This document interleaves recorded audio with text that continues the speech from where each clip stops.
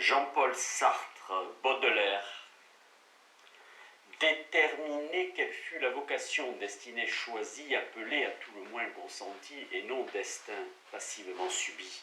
de Charles Baudelaire. Et, si la poésie est véhicule d'un message, préciser quel est, dans le cas envisagé, le contenu le plus largement humain de ce message. L'intervention du philosophe s'avère ici distincte autant que de celle du critique que de celle du psychologue, médecin ou non médecin, comme du sociologue, car il ne s'agira pour lui ni de peser au trébuchet la poésie baudelairienne, portant sur elle un jugement de valeur ou s'appliquant à en offrir une clé, ni d'analyser, comme on ferait d'un phénomène du monde physique, la personne du poète des fleurs du mal. Tenter bien au contraire de revivre par l'intérieur, au lieu de n'en considérer que les dehors, c'est-à-dire soi-même l'examinant du dehors, ce que fut l'expérience de Baudelaire, prototype quasi légendaire du poète maudit, et agréé pour se faire comme base essentielle les confidences qu'il nous a livrées sur lui-même en marge de son œuvre proprement dit, ainsi que les données fournies par la correspondance avec ses proches. Telle est la tâche que s'est assignée en philosophe qu'il est, l'auteur du présent ouvrage, dans des bornes indiquées suffisamment par le fait que le texte, aujourd'hui réédité, ne se donnait en sa présentation première pour rien de plus qu'une introduction à un recueil d'écrits intimes. Texte dédié, il n'est pas vain non plus de le noter à quelqu'un dont on peut observer, quelque opinion qu'on ait de lui-même et de ses écrits, que son lot aura de fait été jusqu'à présent de se targuer d'être un coupable en même temps qu'un poète, et que la société l'a effectivement tenu derrière des murs nombre d'années durant. Nulle prétention en cette étude dont les parties s'ordonnent selon la manière synthétique d'une perspective cavalière à rendre compte de ce qu'il y a d'unique dans les proses comme dans les poèmes baudelairiens. Nul essai, voué d'avance à l'échec, de réduire à une mesure commune ce qui, précisément, tire son prix d'être l'irréductible. Délibérément, l'auteur de cette introduction s'arrête au seuil lorsqu'il se risque dans les toutes dernières pages, et à titre d'épreuve de la justesse de sa démarche, à un examen non certes de la poésie, mais de ce qu'il appelle, posant ainsi explicitement sa limite, le fait poétique baudelairien. Aucune tentative outrecuidante non plus pour démonter les dérouages mentaux, voire physiologiques, en ravalant celui qui fait les frais d'une telle opération au rang de choses, de pauvres choses que l'on regarde en se donnant au besoin les gants de quelque commisération, si l'on tient à montrer qu'on n'est point tout à fait insensible. Pour le phénoménologue de l'être et le néant, pas plus qu'il ne saurait s'agir d'écrire à un style docte ou lyrique le chapitre Baudelaire d'un idéal manuel littéraire,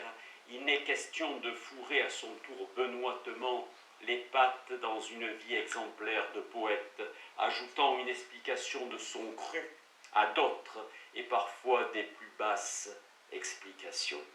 Pour Sartre, qui a choisi comme fin tangible à son activité de construire une philosophie de la liberté, il s'agit essentiellement de dégager de ce qui est connu du personnage Baudelaire sa signification, le choix de lui-même qu'il a fait être ceci, ne pas être cela, comme le fait tout homme originellement et d'instant en instant au pied du mur historiquement défini de sa situation. Tel ne se laissera pas réduire même dans les conditions les plus dures, tel autre agira en vaincu dans la facilité. Et quant à lui, Baudelaire, si l'image qu'il nous a léguée est celle d'un être réprouvé et qui fut accablé par la malchance injustement, et ce n'est pas sans qu'il y ait eu entre la mauvaise fortune et lui une complicité. Nous sommes loin par conséquent du Baudelaire victime, bon pour les biographes pieux ou condescendants, et ce n'est pas une vie de saint non plus qu'une description de cas clinique qui nous est proposée. bien plutôt l'aventure d'une liberté, retracée dans la mesure nécessairement conjecturale, où elle peut être connue d'une autre liberté. Aventure qui apparaît comme la quête d'une impossible quadrature du cercle, fusion, être, existence, à quoi s'acharne tout poète, chacun selon la voie qui lui est propre.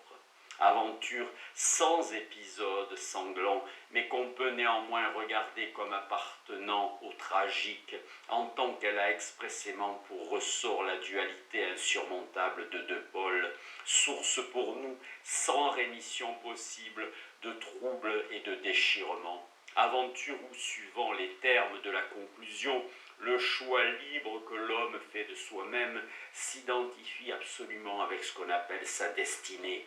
et où le rôle du hasard paraît inexistant.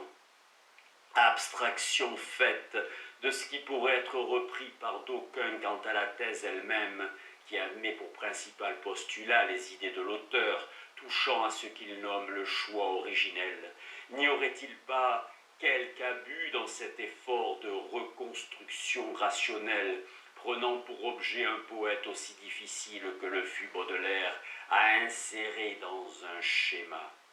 Qui plus est, pareille façon de s'introduire par effraction, si tant est que cela soit concevable, dans une telle conscience ne serait-elle pas l'excès désinvolte, à moins qu'elle ne relève très simplement du sacrilège? Autant vaudrait affirmer de tous les grands poètes qu'ils siègent dans un ciel à part au-delà de l'humanité, échappant comme par miracle à la condition d'homme, au lieu d'être des miroirs d'élection où cette condition d'homme, mieux qu'en quiconque, trouve à se refléter.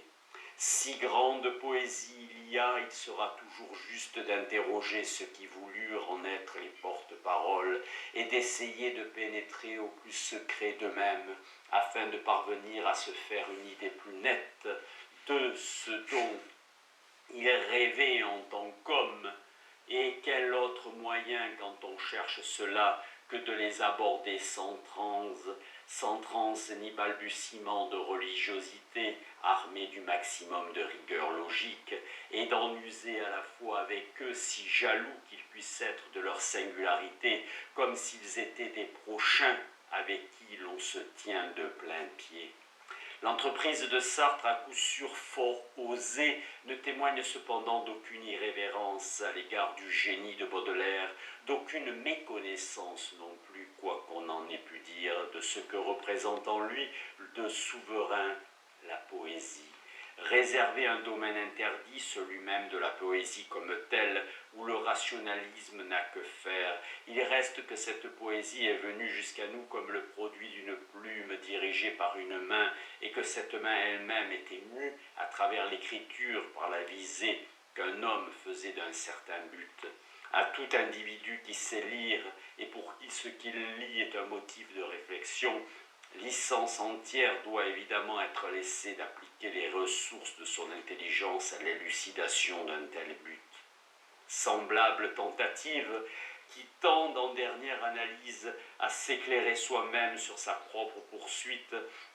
par une compréhension plus exacte de ce qu'ont poursuivi certains êtres privilégiés, ne sont pas des empiètements insultants, sauf aux yeux de qui ne s'attacherait qu'à de faibles mystères, incapables de résister à une lumière plus vive. Nulle éclaboussure corrosive n'en saurait rejaillir sur la poésie vraie, dont toute vue nouvelle prise sur l'être humain qui en fut le support ne peut, pour approximative qu'elle soit inévitablement, que rendre plus profonde la résonance. À l'actif de Sartre, si étranger à la poésie, comme il l'avoue lui-même, et parfois d'une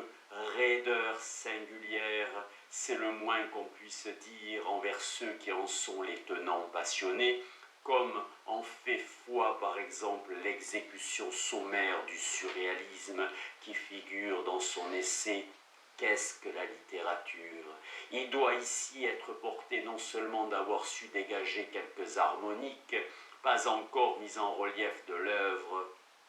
baudelairien, mais également d'avoir montré qu'il serait faux de ne voir que Guignon dans une vie qui se découvre, tout conte fait participer du mythe au sens le plus élevé, si tant est que le héros mythique soit un être en qui la fatalité se conjugue avec sa volonté et qui semble obliger le sort à lui façonner sa statue. Michel Leiris.